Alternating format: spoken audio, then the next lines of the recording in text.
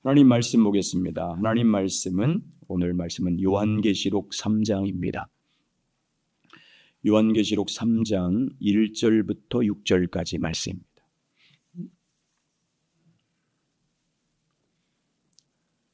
요한계시록 3장 1절부터 6절까지 말씀입니다. 같이 한 목소리로 봉독하겠습니다. 시작. 사도교회의 사자에게 편지하라. 하나님의 일곱 영과 일곱 거지를 하신 이가 이르시되 내가 내 행위를 아노니 내가 살았다 하는 이름은 가졌으나 죽은 자로다. 너는 일깨어 그 남은 바 죽게 된 것을 굳건하게 하라. 내 하나님 앞에 내 행위에 온전한 것을 찾지 못하나니 그러므로 내가 어떻게 받았으며 어떻게 들었는지 생각하고 지켜 회개하라. 만일 일깨지 아니하면 내가 도둑같이 이르리니 어느 때 내게 이르는지 내가 알지 못하리라. 그러나 사대에 온 옷을 입지 아니한 자 몇 명이 내게 있어 흰옷을 입고 나와 함께 다니니 그들은 합당한 자인 연고라. 이기는 자는 이와 같이 흰옷을 입을 것이요 내가 그 이름을 생명책에 결코 지우지 아니하고 그 이름을 내 아버지 앞과 그의 천사들 앞에서 시인하리라. 귀 있는 자는 성령이 교회들에게 하시는 말씀을 들을지어다. 아멘. 한번 따라서 하시죠. 흰옷을 입고 나와 함께 다니니 같이 읽겠습니다. 시작. 흰옷을 입고 나와 함께 다니니. 아멘. 이 말씀을 통해서 오늘 사대교회를 통해서 주시는 말씀으로 여러분에게 주님 말씀해 주시기를 주의 이름으로 축원합니다. 사대는 이 서머나가 이제 옛 리디아 지방의 수도가였는데 이 수도가 서머나가 되기 전에는 이 리디아의 수도가 바로 사대였습니다. 리디아의 왕궁의 왕궁이 있는 수도였기 때문에 군사적으로 정치적으로 아주 중요한 대도시였습니다. 그리고 사대는 무역이 발달됐고 일찍부터 양털 가공업이 발달했습니다. 이 양털 가공업이 발달되면 그 양털로 만든 옷을 염색하는 공업도 함께 도시가 발달하기 때문에 경제적으로 큰 부를 축적한 도시였습니다. 그리고 지형적으로는 난공불락의 요새였습니다. 요새적인 조건을 다 갖추었기 때문에 그렇게 많이 노력하지 않아도 적의 공격으로부터 성을 방어할 수 있는 유익한 점이 많이 가지고 있던 그런 도시였습니다. 그래서 사대 사람들은 외부의 침입으로부터 외부에 침입해서 그들로부터 공격받을 걱정이 없었기 때문에 아주 나태하고 그리고 오래전부터 사치와 향락을 즐기는 그런 도시로 유명했습니다. 특히 사대 사람들은 외부의 침입으로부터 안전했기 때문에 다른 도시 사람들보다 교만했습니다. 여러분 한번 생각해 보십시오. 이 사대에 살고 있는 이 사람들의 이런 풍조는 사대 교회 안에 성도들에게 어떤 영향을 끼쳤겠습니까? 공업 발달을 위해서 경제적으로 큰 부를 축적했고 적의 공격으로부터 안전한 지역에 살고 있고 또 사치와 향락을 즐기는 그런 사대의 사람들의 풍조는 그 당시 교회 성도들에게 어떤 영적인 영향을 줬겠습니까? 경건의 모양만 가지도록 만들었어요. 경건의 능력을 가지고 잊지 못하도록 경건의 능력을 상실시켰습니다. 살아있는 교회처럼 보였지만 실상은 죽은 신앙의 소유자들이 대부분이었습니다. 그래서 주님은 오늘 말씀하지 않습니까? 내 행위를 아노니 내가 살았다 하는 이름은 가졌으나 죽은 자로다. 교회가 죽었다 이렇게 표현하고 있습니다. 주님이 그렇게 말씀한 것입니다. 그런데 죽은 것 같은 이 사대교회 안에 믿음의 흰옷을 더럽히지 아니한 극소수의 살아있는 성도들이 있었습니다. 그래서 4절 이렇게 왔습니다. 4절 한번 보시죠. 4절 시작. 그러나 사대에 그 옷을 더럽히지 아니한 자 몇 명이 내게 있어 흰옷을 입고 나와 함께 다니니 그들은 합당한 자인 연고라. 아멘. 다 죽은 교회였지만 그 중에 흰옷을 더럽히지 아니한 몇 명에게 주님은 어떻게 하겠다고 말씀하냐면 흰옷을 입고 나와 함께 다니리니 그들은 합당한 자인 연고라 이렇게 말합니다. 무슨 말입니까? 끝까지 믿음을 지키며 흰옷을 입은 사는 성도들은 주님께서 그들과 항상 함께 동행하시고 그들을 구원하시겠다는 것입니다. 그들을 이사야는 그런 자들을 뭐라고 말씀드렸습니까? 남은 자들, 구루터기, 거룩한 믿음의 씨, 다 타락해도 주님은 흰 옷을 입은 성도들은 구원하십니다. 다 죽은 신앙을 가지고 살아도 오직 믿음으로 주를 섬기는 자들은 주께서 반드시 구원하십니다. 세상과 타협하고 넓은 길을 가도 믿음의 순결을 지키며 주님 한 분만을 따르며 좁은 길을 행했던 흰 옷 입은 성도들은 주님께서 반드시 함께 하시고 그들을 성령의 능력으로 이기도록 지켜주십니다. 자, 그러면 오늘 사대교회에 나타나신 주님은 어떤 분인지 보겠습니다. 1절 보겠습니다. 자, 1절 같이 읽습니다. 시작.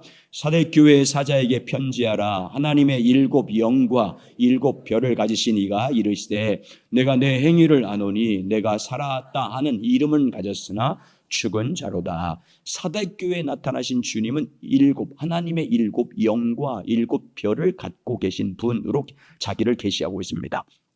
먼저 다시 오실 주님은 하나님의 7 영을 가지신 분. 하나님의 7 영은 성령님을 의미합니다. 1장 4절에서는 이 하나님의 7 영, 그 보좌에 앉은 7 영, 또 4장 스가랴서에 보면 온 땅에 두루 다니는 하나님의 7 영 이렇게 표현합니다. 요한계시록 5장 6절도 마찬가지고 온 땅에 보내심을 받은 하나님의 7 영.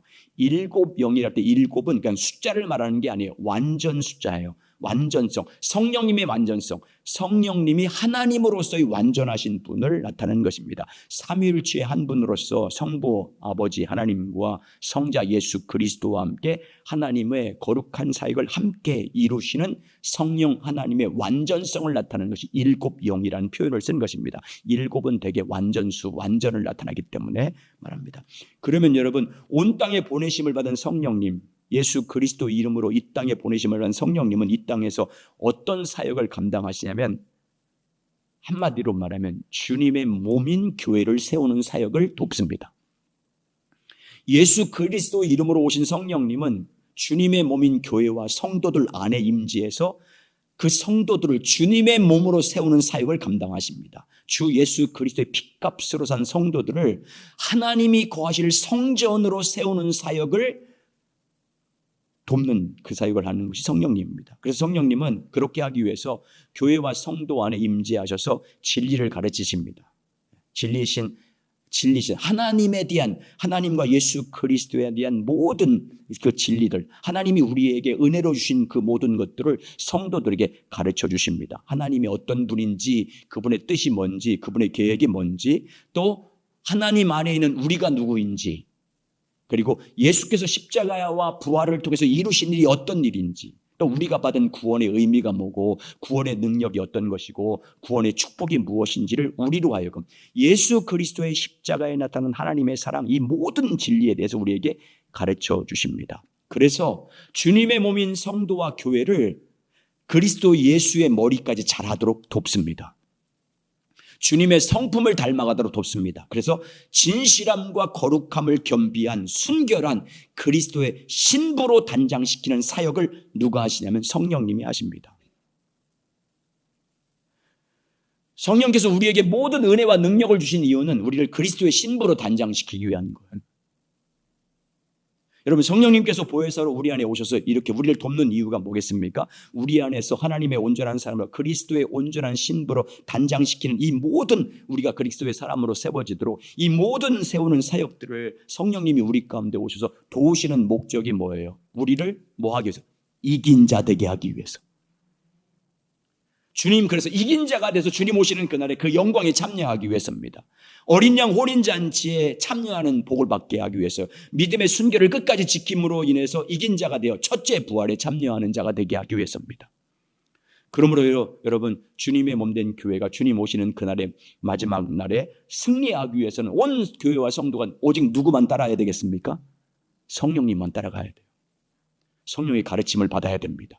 주님과의 친밀한 교제를 통해서 성령이 인도하시는 대로 성령이 가르친 그 진리를 성령과 진리로 예배하고 성령과 진리로 사역을 하고 성령과 진리로 자기를 세워가야 됩니다. 그래야 우리가 그리스도의 신부로 단장이 돼서 주님 오시는 그날의 그 영광에 참여할 수 있습니다.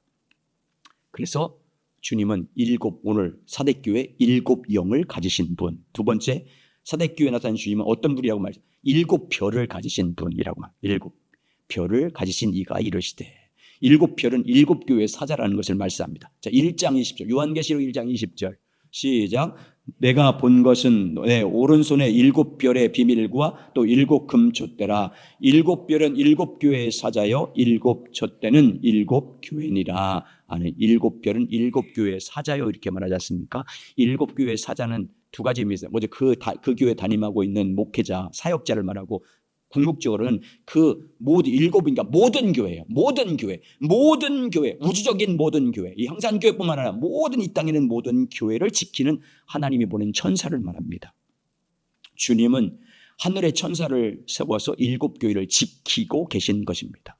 그렇습니다. 주님은 자신의 천사를 교회에 보내서 교회와 성도를 지키는 사역을 감당합니다. 천사는 능력을 상징하기 때문에 주님의 권능과 능력을 교회 가운데 천사를 통해 보내주셔서 주님의 몸된 교회와 성도들을 지키십니다. 그래서 마귀 사탄이 그렇게 교회를 무너뜨리려고 2000년 기독교 역사 가운데 계속 공격해도 결코 주님의 교회는 무너지지 않습니다. 마지막 때에 우는 사자처럼 사탄 마귀가 세상의 권세자를 통해서, 권력자를 통해서, 통치자를 통해서 교회를 잔멸시키려고 하고 교회를 핍박하지만 교회는 승리합니다. 결국 승리합니다. 왜 그렇습니까? 일곱 별과 일곱 영을 갖고 계신 그 주님이 교회를 지키고 있기 때문입니다.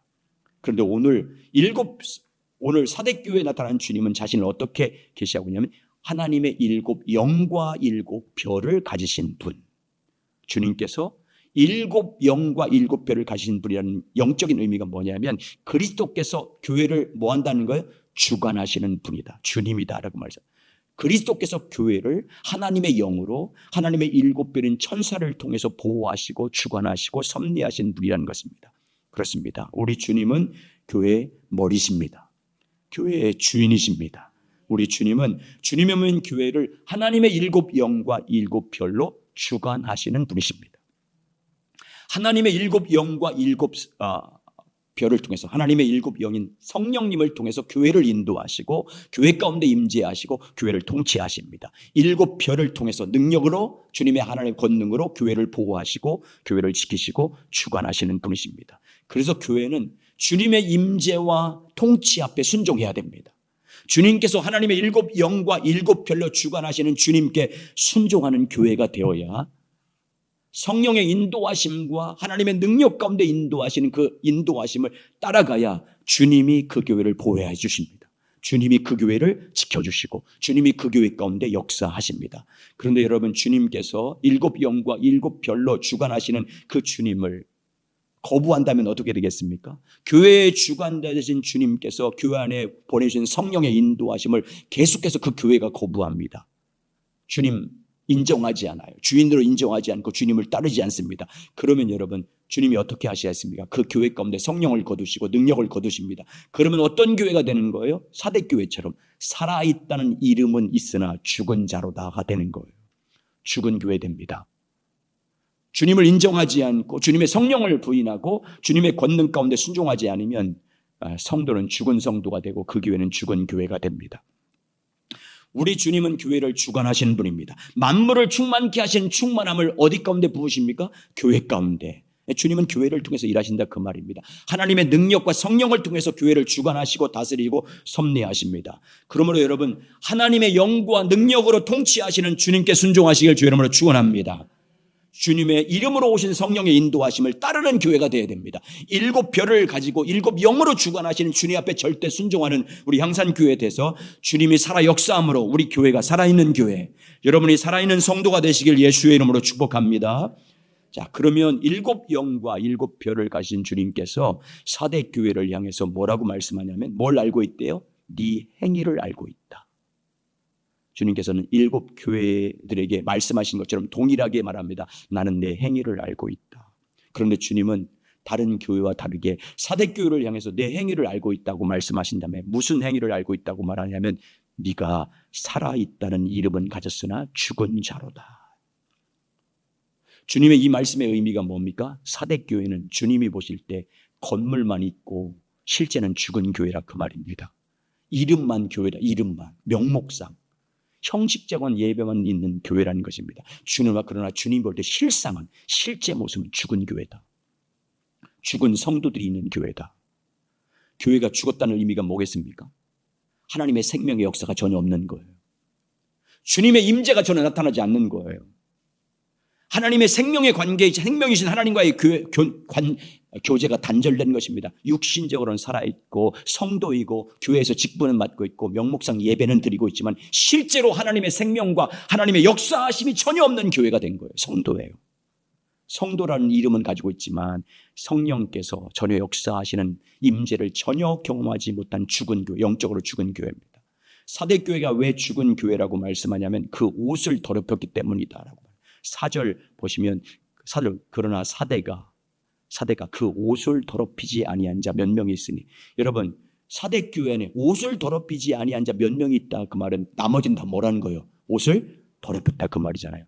옷을 더럽혔다는 영적인 의미가 뭐예요? 성도들의 행실을 옷으로 표현해요. 성경은 성도들의 삶을 옷으로 표현해요. 이 옷을 더럽혔다 그 말은 교회는 다니고 있지만 삶을 통해서 하나님의 영광을 가리고 사는 거예요. 교회에 출석해서 예배를 드리면 실제 삶 속에서는 옷을 더럽히는 것처럼 믿음을 더럽히고 행실을 더럽히고 부정한 일을 행하며 살고 있는 거예요.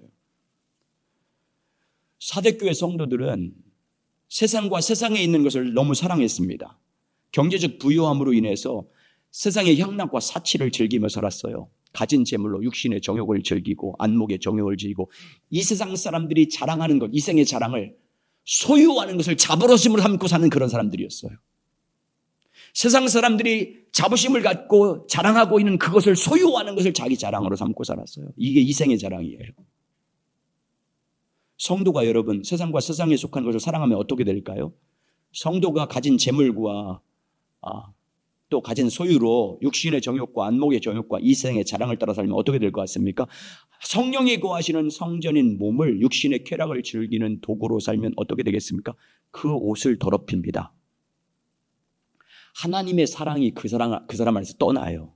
하나님의 영이 그 사람 안에서 떠납니다. 세상과 세상에 있는 것을 사랑하는 성도와 교회 안에서 주님이 떠납니다. 그러면 결국 사대교회처럼 성도라는 명목이 있고 교회라는 이름은 가졌지만 실상은 죽은 교회와 죽은 성도가 되는 것입니다. 그래서 사도 요한은 뭐라고 말씀하고 있어요? 모든 성도들에게 세상과 세상에 있는 것을 절대 사랑하지 마라. 그건 다 안목의 정욕들이고 육신의 정욕들이고 이생의 자랑뿐이다. 하나님께서 하나님이 주신 것들이 아니다 이렇게 말하고 있어요. 자, 요한 1서 2정 15절부터 17절. 그러니까 세상에서 잘 되는 걸 자랑하면 안 돼요. 시작. 이 세상이나 세상에 있는 것들을 사랑하지 말라. 누구든지 세상을 사랑하면 아버지의 사랑이 그 안에 있지 아니하니 이는 세상에 있는 모든 것이 육신의 정욕과 안목의 정욕과 이생의 자랑이니 다 아버지께로부터 온 것이 아니요 세상으로부터 온 것이라. 이 세상도 그 정욕도 지나가되 오직 하나님의 뜻을 행하는 자는 영원히 거하느니라. 아멘. 교회 성도가 세상과 세상에 있는 걸 사랑하면 그 속에 하나님의 사랑이 없어진대요. 하나님의 사랑이 그 교회와 그 성도 안에서 사라집니다. 그래서 세상과 세상에 있는 것을 사랑하면 그 속에서 누가 역사해요? 사탄이 역사해요. 세상을 즐기는 그 몸 안에서 사탄이 역사합니다. 사탄은 세상에 즐기는 그 몸을 사탄의 도구로 삼습니다. 불의의 병기로 사용합니다. 그러면 그 교회와 성도의 삶이 어떻게 되겠습니까? 그 옷을 더럽힙니다.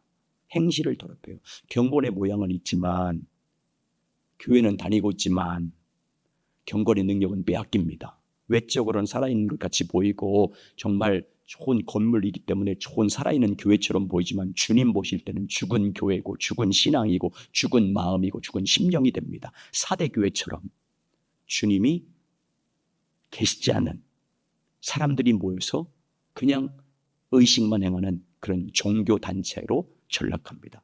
그래서 죽은 자 같은 사대교회에게 주님은 어떻게 하래요? 깨어서 일어나라. 빨리 깨어서 일어나라고 말합니다. 2절 보시죠. 2절 읽겠습니다. 시작. 너는 일깨어 그 남은 바 죽게 된 것을 굳건하게 하라. 내 하나님 앞에 내 행위에 온전한 것을 찾지 못하였느니. 너는 일깨어 헬라어 기누 그레고로온 일입니다. 이 의미는 계속적인 동작의 진행을 의미하는 진행형입니다.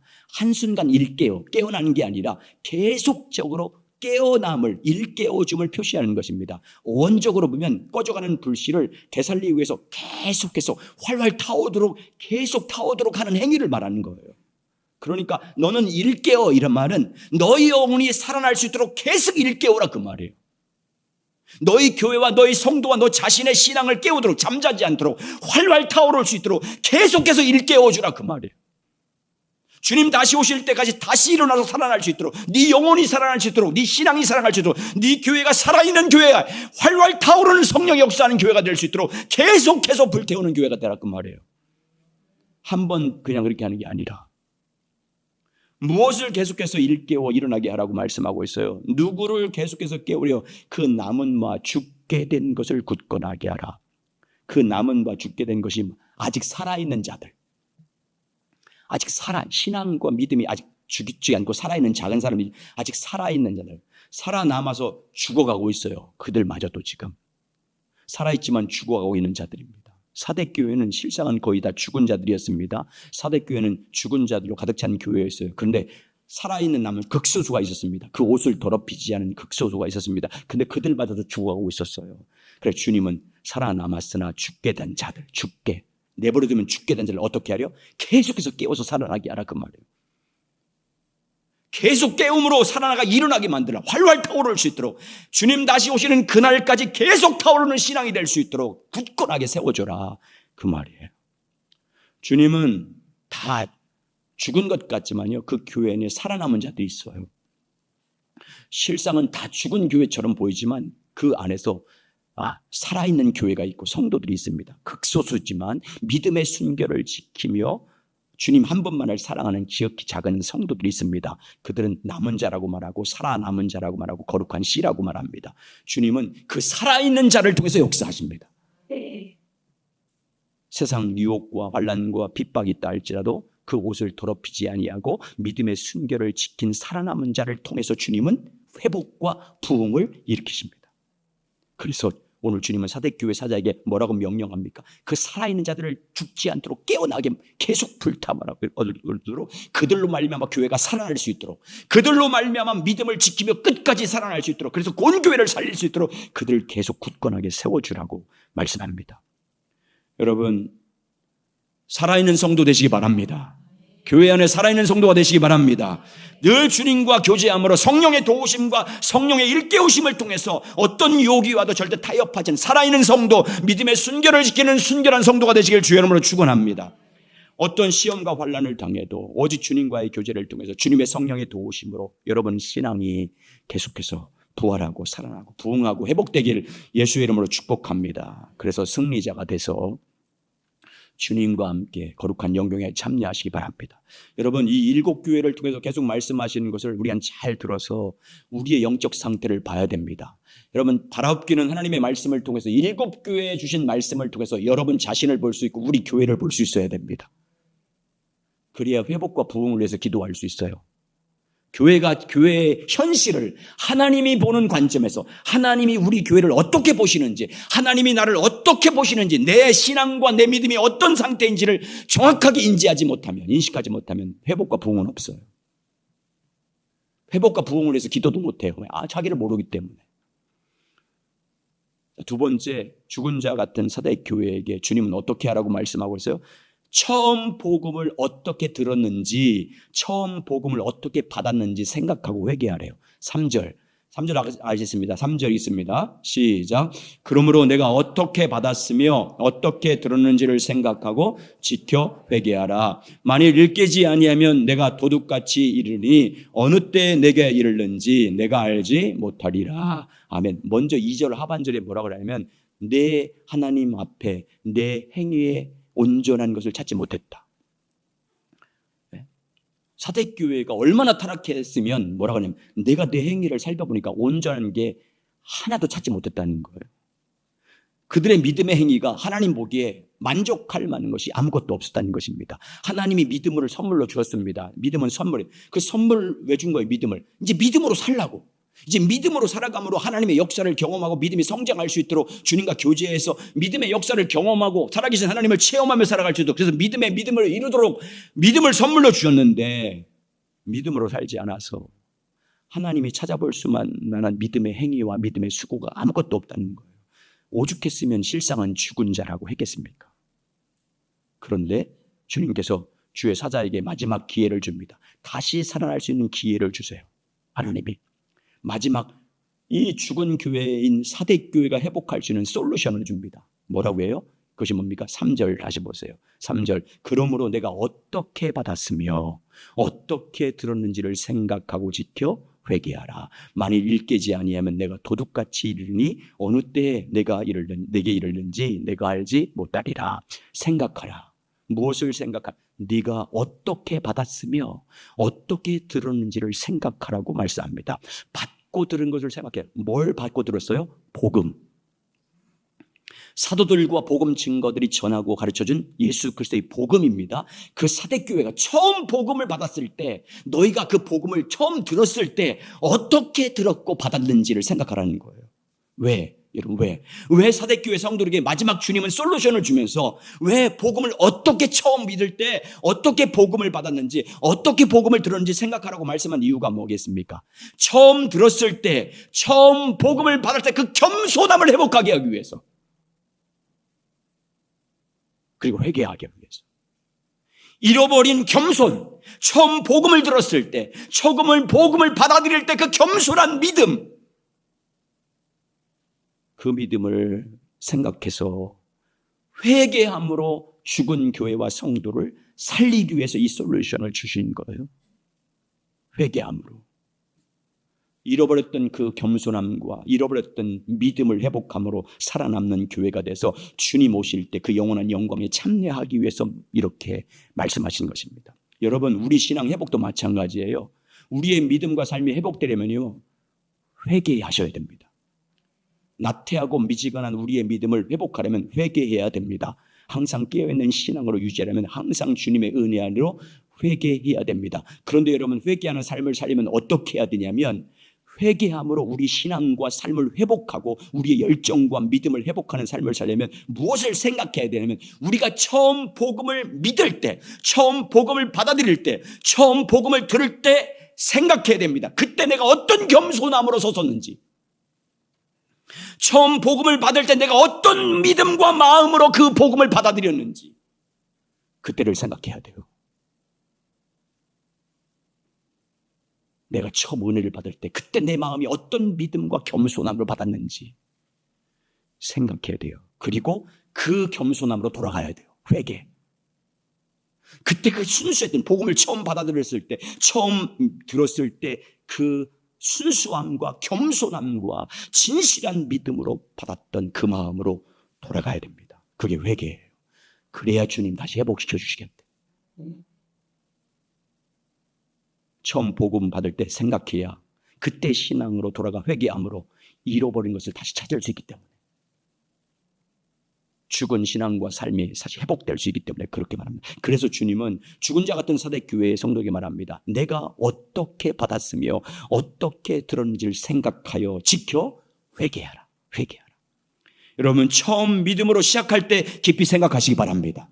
처음 여러분이 복음을 받아서 주님을 만났을 때 그 겸손함과 그 진실함과 그 순수했던 믿음을 회복하시길 주의 이름으로 축복합니다. 그리고 그때로 돌아가셔야 돼요. 그 겸손함으로, 그 순수함으로, 그 진실함으로, 그 낮은 마음으로 돌이키시기를 주의 이름으로 축원합니다. 회개하셔야 됩니다. 처음 복을 받을 때. 그래서 저도 이것 때문에 휴가 동안 고민했어요. 계속해서 이 생각 때문에, 나부터 돌이켜야지, 우리 교회가 살지. 처음 복음을 받을 때 그때 순수했던 그 주님에 대한 사랑, 겸손함, 진실함, 이걸 돌이키지 않으면요, 회복은 없습니다. 회복 없습니다. 부흥 없어요. 여러분, 정말 주님 앞에서 회개하시기 바랍니다. 처음 복음을 할 때 그 겸손함을 회복하셔서 다시 그 순수함으로 돌아가서 정말 낮은 마음으로 주님의 얼굴을 구하고 주의 은혜를 구하고 믿음을 구해서 이긴 자가 되시길 예수의 이름으로 축원합니다. 그런데 만일 깨어서 회개하지 않으면 주님 어떻게 하시겠대요?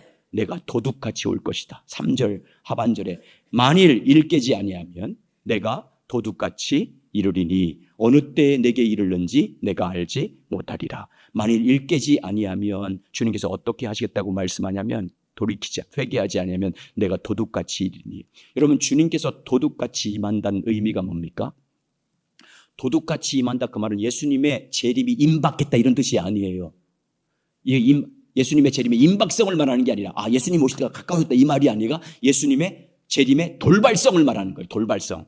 갑자기 오신 거죠. 도둑이 올 때 갑자기 오잖아요. 도둑 오는 것은 예고 없이 옵니다. 잠든 사이에 갑자기 와서 해를 입히잖아요. 그러니까 깨어있는 사람은 도둑을 맞지 않습니다.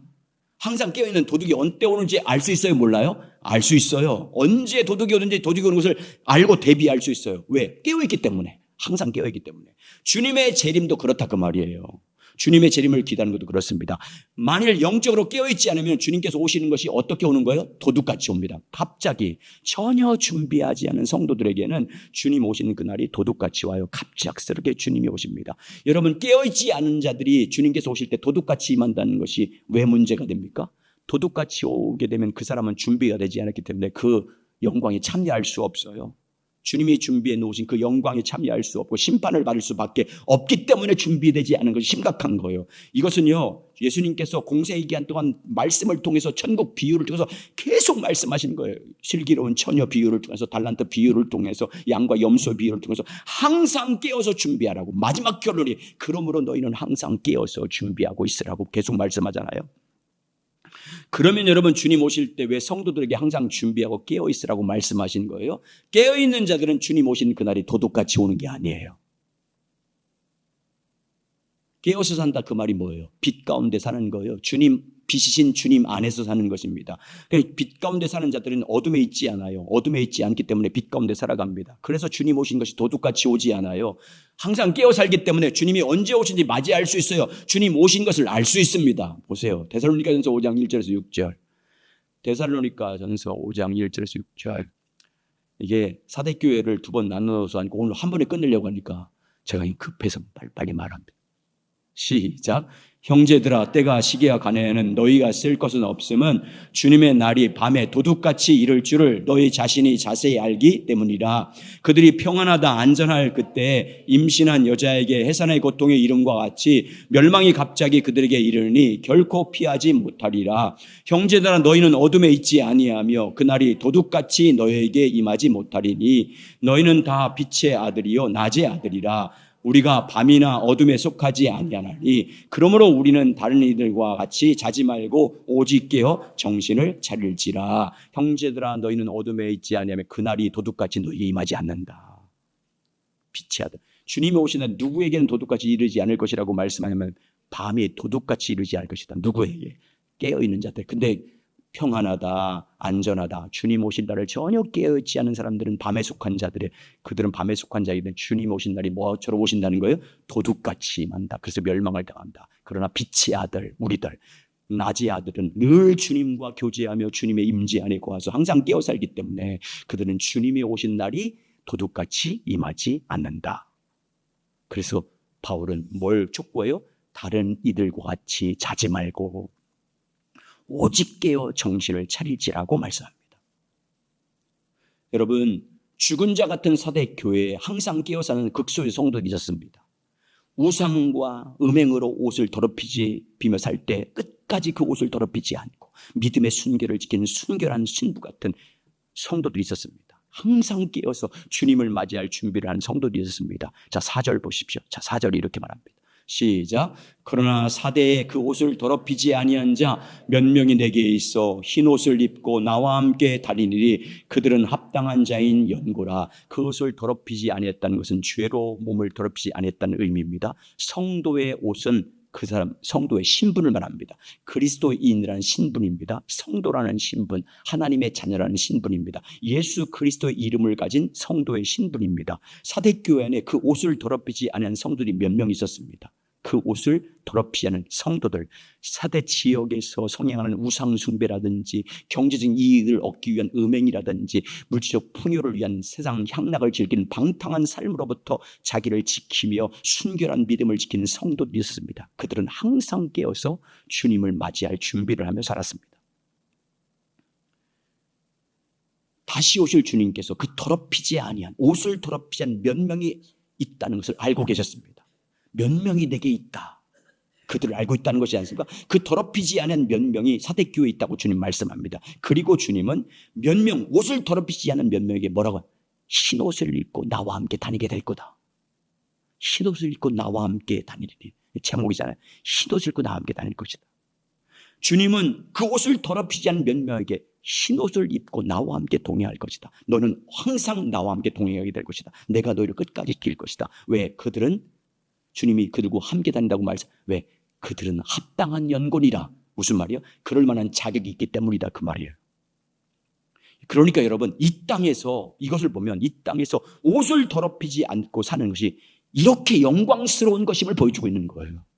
믿음의 순결을 지키며 사는 성도의 삶이 얼마나 영광스러운 것인지, 이 세상에서는 어떤 유혹과 시험과 세상의 쾌락과 육신의 정욕을 따라 살지 않고 오직 믿음의 순결을 지키며 성도의 생실의 삶을 더럽히지 않고 흰 옷 입은 순결한 신부로 이 땅을 사는 것이 얼마나 영광스럽고 주님과 더불어 함께 다님으로 주님과 함께 얼마나 존귀와 영광을 누리게 될 것인지를 보여주고 있는 것입니다. 그뿐만 아니라 합니다. 그렇게 믿음으로 이긴 자들에게 주님은 어떤 영광을 약속하고 있습니까? 5절 시작. 이기는 자는 이와 같이 흰옷을 입을 것이요 내가 그 이름을 생명책에 결코 지우지 아니하고 그 이름을 내 아버지 앞과 그의 천사들 앞에서 시인하리라. 세 가지, 이기는 자들에게 세 가지 축복을 약속하셔서 이와 같이 흰옷을 입을 것이다. 첫째, 이기는 자는 이와 같이 흰옷을 입고 주님과 다닐 거다. 두 번째, 믿음으로 이긴 자는 그들의 이름을 생명책에 결코 지우지 않겠대요. 지워지지 아니할 것이다. 내가 그의 이름을 생명책에 결코 지우지 아니하고. 하나님의 생명책은 누구의 이름이 기록되어 있습니까? 장차 새하늘과 새 땅에 들어갈 하나님의 자녀들, 믿음의 순결을 지킨 사람들의 이름이 기록되어 있어요. 자, 요한계시록 21장 24절 27절 시작.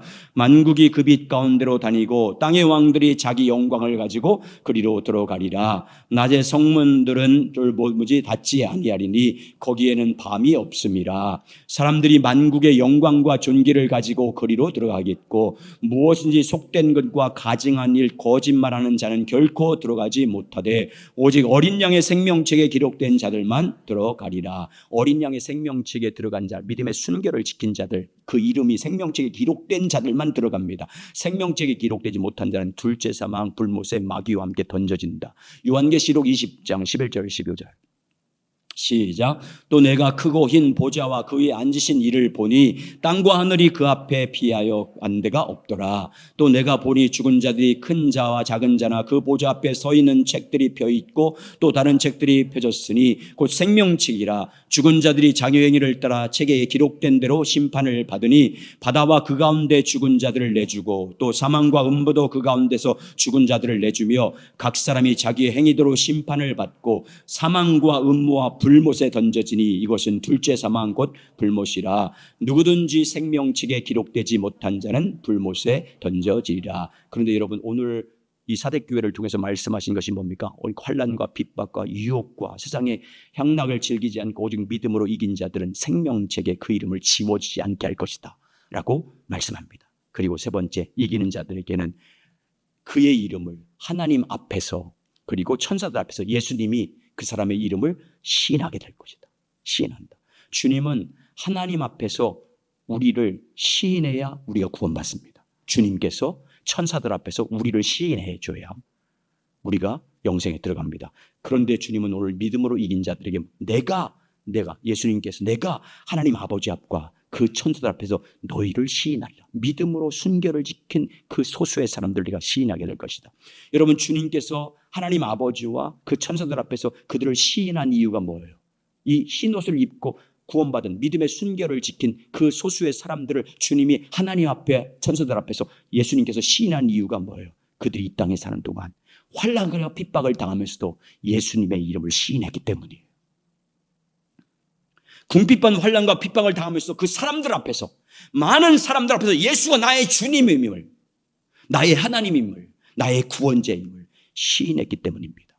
그래서 주님께서는 사람들 앞에서 나를 시인하면 나도 하나님 앞에서 천사들 앞에서 너희를 뭐 할 것이래요? 시인할 것이다. 마태복음 10장 32절 33절 시작. 누구든지 사람 앞에서 나를 시인하면 나는 하늘에 계신 내 아버지 앞에서 그를 시인할 것이요, 누구든지 사람 앞에서 나를 부인하면 나도 하늘에 계신 내 아버지 앞에서 그를 부인하리라. 그러니까 여러분이 예수 믿는 것을 사람들께서 시인하셔야 돼요.